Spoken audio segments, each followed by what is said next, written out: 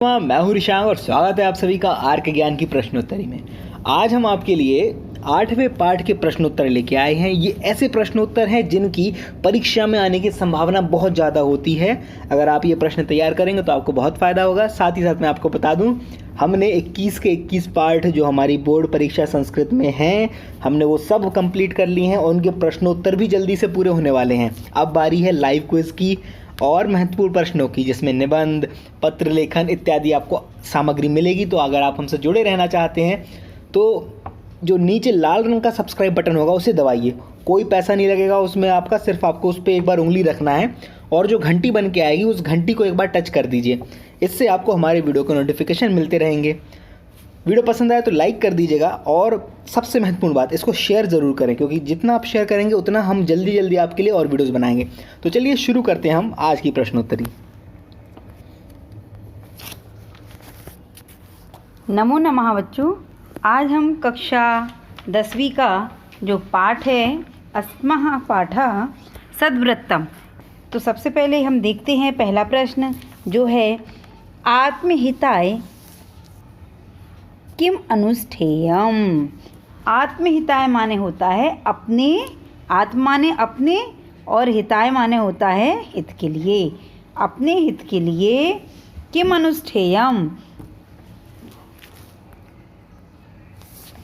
क्या व्यवहार करना चाहिए। तो बहुत सारे बच्चे आज तैयारी के साथ बैठे हुए हैं, हाँ उत्तर देने की भी कोशिश कर रहे हैं और बहुत सारे बच्चे दे भी रहे हैं।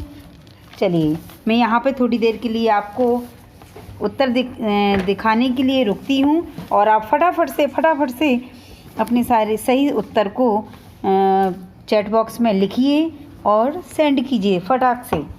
अपने हित के लिए क्या व्यवहार करना चाहिए।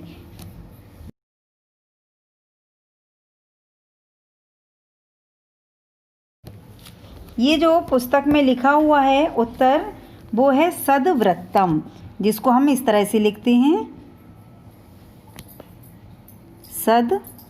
सद माने होता है अच्छा। सद माने क्या होता है अच्छा, और व्रतम माने आचरण, अच्छा आचरण। ठीक है, अब हम देखेंगे इसका दूसरा प्रश्न जो है किम ना रोचयेत। क्या किम माने होता है क्या, रोचयेत माने अच्छा, ना माने नहीं, क्या अच्छा नहीं लगना चाहिए। तो इस पाठ में जिन जिन बातों का वर्णन हुआ है आप उनको ध्यान में रखिए। चलिए देखते हैं इनके ऑप्शन। हाँ, किम न रोचयेत, क्या अच्छा नहीं लगना चाहिए। नंबर 1 मित्रम, मित्र अच्छा नहीं लगना चाहिए। दूसरा है संबंधम, संबंध। सुखम, सुख। मित्र, संबंध, सुख। इनमें से और वैर, इनमें इस पाठ में किसका ऐसा वर्णन किया गया है कि अच्छा नहीं लगना चाहिए। बहुत बढ़िया, कुछ बच्चे बहुत अच्छी तैयारी के साथ बैठे हुए हैं। हाँ, इसका सही उत्तर है वैरम। चलिए अब हम देखते हैं इसका तीसरा प्रश्न, जो कि बोर्ड परीक्षा में अधिक से अधिक बार पूछा जाता है। वो प्रश्न है कदा माने कब, दधि माने होता है दही, ना माने नहीं, और भुंजित माने होता है खाना चाहिए। दही कब नहीं खाना चाहिए। तो पाठ में कौन से शब्द का प्रयोग किया गया है। दही कब नहीं खाना चाहिए। नंबर 1 नक्तम, रात को।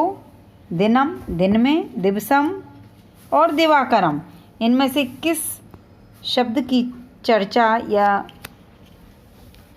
हाँ बहुत अच्छा, किस शब्द की चर्चा हुई है आपके पाठ में। नक्तम।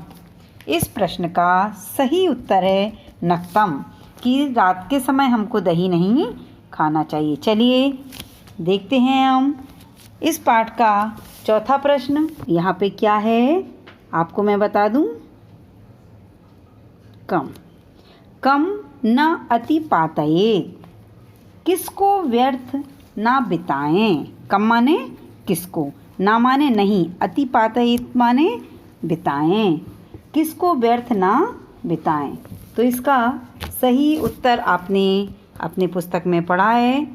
चलिए देखते हैं कि क्या होना चाहिए। भोजन कालम, कार्य कालम, विश्राम कालम, निद्रा कालम। कौन सा ऐसा समय है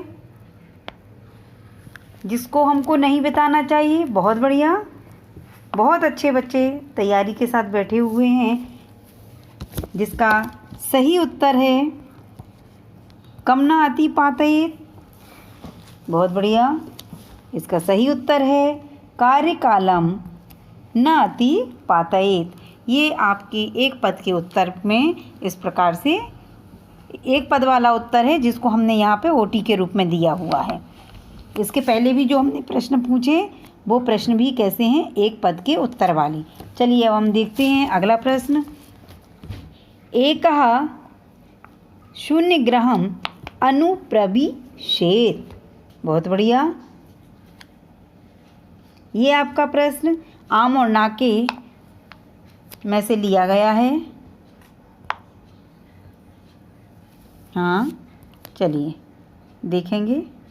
एक अकेले घर में प्रवेश करना चाहिए, नहीं करना चाहिए, बताइए।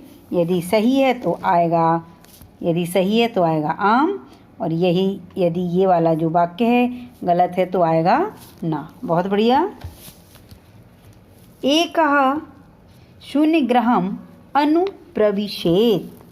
इसका सही उत्तर है न। चलिए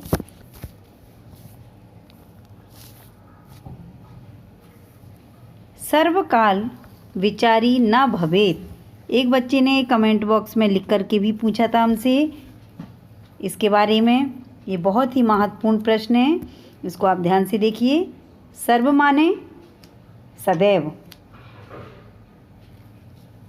कालम सर्वकाल माने पूरे समय, सर्व माने पूरे, कालम माने समय।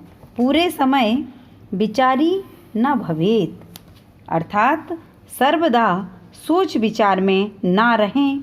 ये वाक्य कैसा है आप देखेंगे इसको। हाँ, आम है। यदि सही है ये वाक्य तो आएगा आम, और यदि ये वाक्य गलत है तो आएगा ना। बहुत बढ़िया।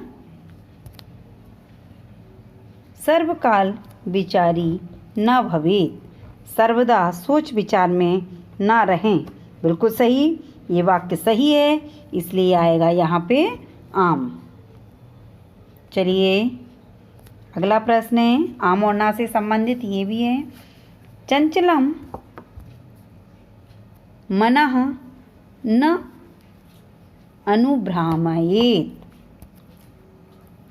हाँ, यदि वाक्य सही है तो आम आएगा, और यदि वाक्य गलत है तो क्या आएगा ना। बहुत बढ़िया, बच्चे तैयारी के साथ बैठे हुए हैं। इसका सही उत्तर है आम। मना चंचलम मनः न अनुभ्रामयेत्।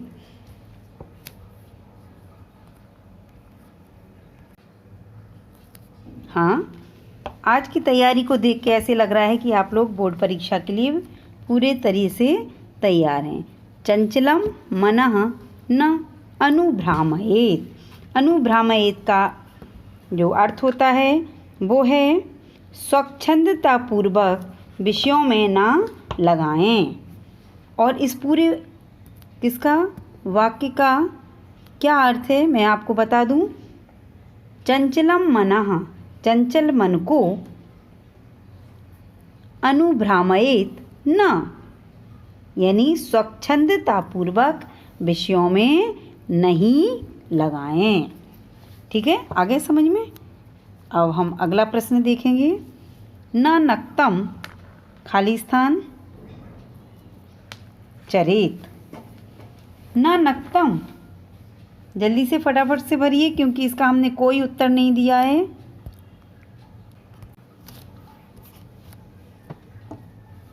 न नक्तम खाली स्थान चरित, इसमें हमको भरना है। तो क्या भरा जाएगा? ना दे से। चलिए अब हम इसका अर्थ जान लेते हैं कि ये क्या बोल रहा है हमसे। ना माने नहीं, नक्तम, अभी नक्तम का अर्थ क्या पढ़ा था? दधी भुंजीत। दधी माने दही को, भुंजीत माने खाएं, नक्तम माने रात्रि में। तो यहाँ पे क्या है?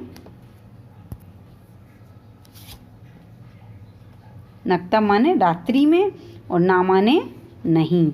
रात्रि में नहीं, चरित माने चलें। लेकिन नादे से इसका अर्थ क्या है?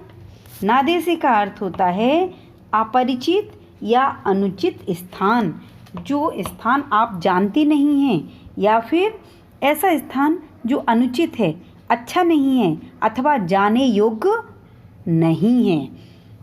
तो क्या करना चाहिए? बहुत बढ़िया, कुछ बच्चे बाकी अपनी अच्छी तैयारी कर रहे हैं। अब हम यहाँ पे बताएंगे ना माने नहीं, नक्तम माने रात्रि में। रात्रि में कैसे? अनुचित या अपरिचित स्थान पर न चरित नहीं जाना चाहिए। आप सभी को ये अब भूलेंगे तो नहीं, थोड़ा सा क्लिष्ट है, कठिन है, लेकिन इतना भी कठिन नहीं है कि आप उसको तैयार नहीं कर सकते हैं। अगला प्रश्न है जो रिक्त स्थान के रूप में आता है। तो यहाँ पे क्या दिया हुआ है? न गोहेयम विवृणुयात्, अपनी या दूसरों की गोपनीय या गुप्त बातों को प्रकाशित ना करें या बताएं नहीं। यानी जो छिपाने योग्य बातें हैं हमको उनको छिपाना चाहिए, चाहे वो हमारी हों चाहे किसी और की। चलिए अब हम देखते हैं 10वां प्रश्न। तो अगला जो प्रश्न है वो है विपरीत शब्दानी लिखत, यानी विपरीत शब्द आपको लिखना है। एक बात आप ध्यान रखना, बोर्ड परीक्षा के लिए इम्पोर्टेंट बात बता रहे हैं। कई बच्चे कैसा करते हैं कि इसकी जोड़ी ऐसे मिला दी, बोर्ड परीक्षा में करते हैं आप ऐसे मिला दी, ये सब ऐसे ऐसे कर आती हैं। ये किसी को नहीं करना है, ठीक है। आपको क्या करना है, जैसे पिता लिखा है तो उसके सामने आपको सही लिखना है। अब बताइए, आप बॉक्स में फटाफट से लिख करके बताइए कि क्या होगा इसका। पिता का विलोम शब्द क्या होना चाहिए? हाँ, बहुत बढ़िया, माता। क्या होना चाहिए? माता। चलिए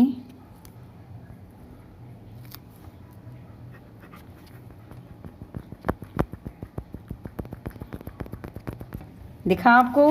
हाँ, बहुत सारे बच्चों ने लिख करके मुझे भेजा भी है कि इसका होगा माता। अब दूसरा है, फटाफट करिए, प्रतिकूलम। प्रतिकूलम का क्या होना चाहिए? जल्दी लिखिए, समय दिया है हमने आपको। हाँ, इसका सही उत्तर है अनुकूलम। अगला है पापम। बहुत बढ़िया, पापम का क्या होना चाहिए? हाँ हाँ, जल्दी जल्दी जल्दी जल्दी देखिए, पुण्यम। अगला है दोषः। दोषः का है, क्या है दोषः का?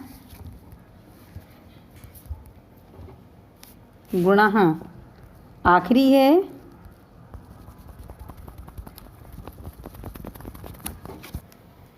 है सिद्धा, जिसका है सही उत्तर असिद्धा। तो हमने यहाँ पे देखे विलोम शब्द, पिता का क्या है? माता, प्रतिकूलम का अनुकूलम, पापम का पुण्यम, दोषः का गुणा और सिद्धा का असिद्धा। आपको इस तरह से लिखना है जैसा यहाँ पे दिख रहा है। आपको यदि कोई भी जोड़ी, किसी भी प्रकार की जोड़ी आती है, चाहे शब्द अर्थ की हो, चाहे वो शब्द अर्थ कह रही हूँ मैं, चाहे विपरीत अर्थ की हो, चाहे पाठों की जोड़ियाँ हों, चाहे कुछ भी हो, या पर्यायवाची हो, तो आपको लिखना ही है।